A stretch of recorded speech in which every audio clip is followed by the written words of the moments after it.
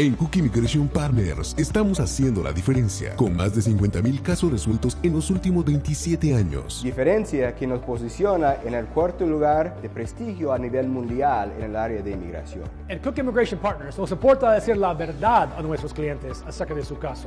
Si hay una solución a su caso, tenemos la capacidad y la experiencia de arreglar a tu caso. Pon tu caso en las manos de los profesionales. Cook Immigration Partners. Llámanos hoy por una cita.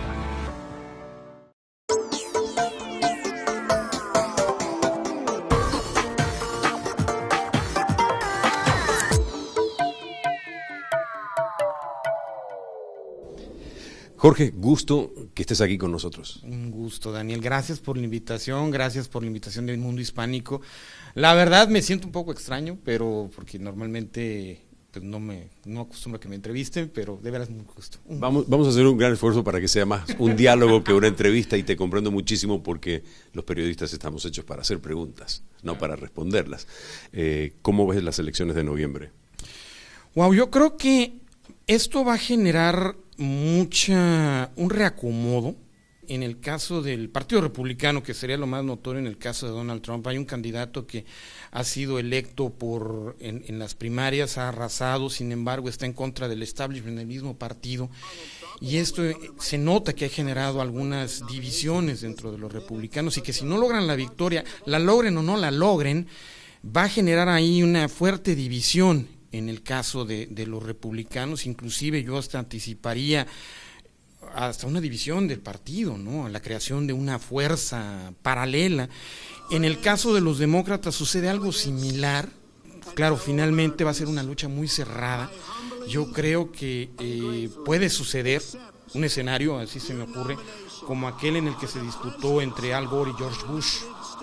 Es muy difícil establecer derecha e izquierda en Estados Unidos porque están todos dentro de una misma línea, pero sí hay una grieta de ideología que cada vez se ve más en este país, y también una grieta que tiene un componente racial muy fuerte y a su vez muy peligroso.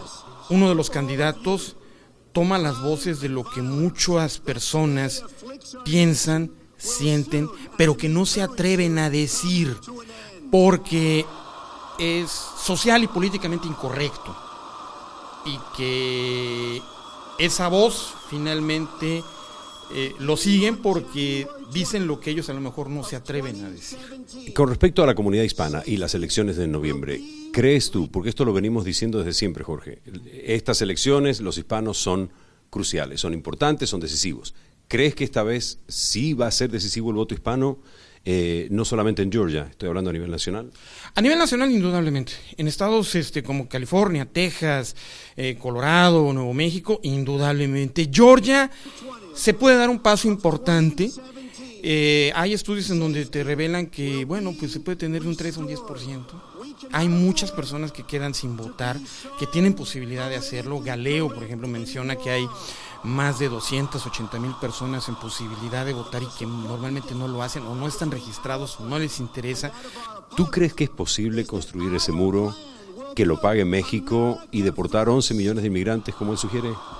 Veo que un Paul Ryan no está muy dispuesto a apoyarlo, ha sido más como forzado a dar ese apoyo, en donde no lo hace por la unidad del partido, porque él ya está previendo un posible resquebrajamiento del caso de los republicanos. Pero a nadie le cabe dudas que la relación con México es fundamental para el éxito económico de este país. Por supuesto que esto afectaría la economía del país, se empezaría a sentir. Te pongo un ejemplo, toda proporción guardada. Recuerdo cuando se fue aprobada la ley HB 87 aquí en el estado de Georgia, y en donde uno de los primeros efectos, independientemente de lo que pasó en el ámbito urbano, fue en el ámbito rural. Yo tuve la oportunidad de ir a un campo de pepinos en Américus, al sur del estado, y en donde habían 5 campos de pepinos, donde se intentó por iniciativa del gobernador, en vez de tener inmigrantes, poner expresidiarios o personas que estaban en probatoria para que fueran a los campos. No aguantaron. De los 5 campos solo se pudo cosechar 1, y cada pérdida de cada campo de pepinos era alrededor de $500,000. De los 5 solo 1 se pudo cosechar. O sea, la pérdida fueron de $2 millones.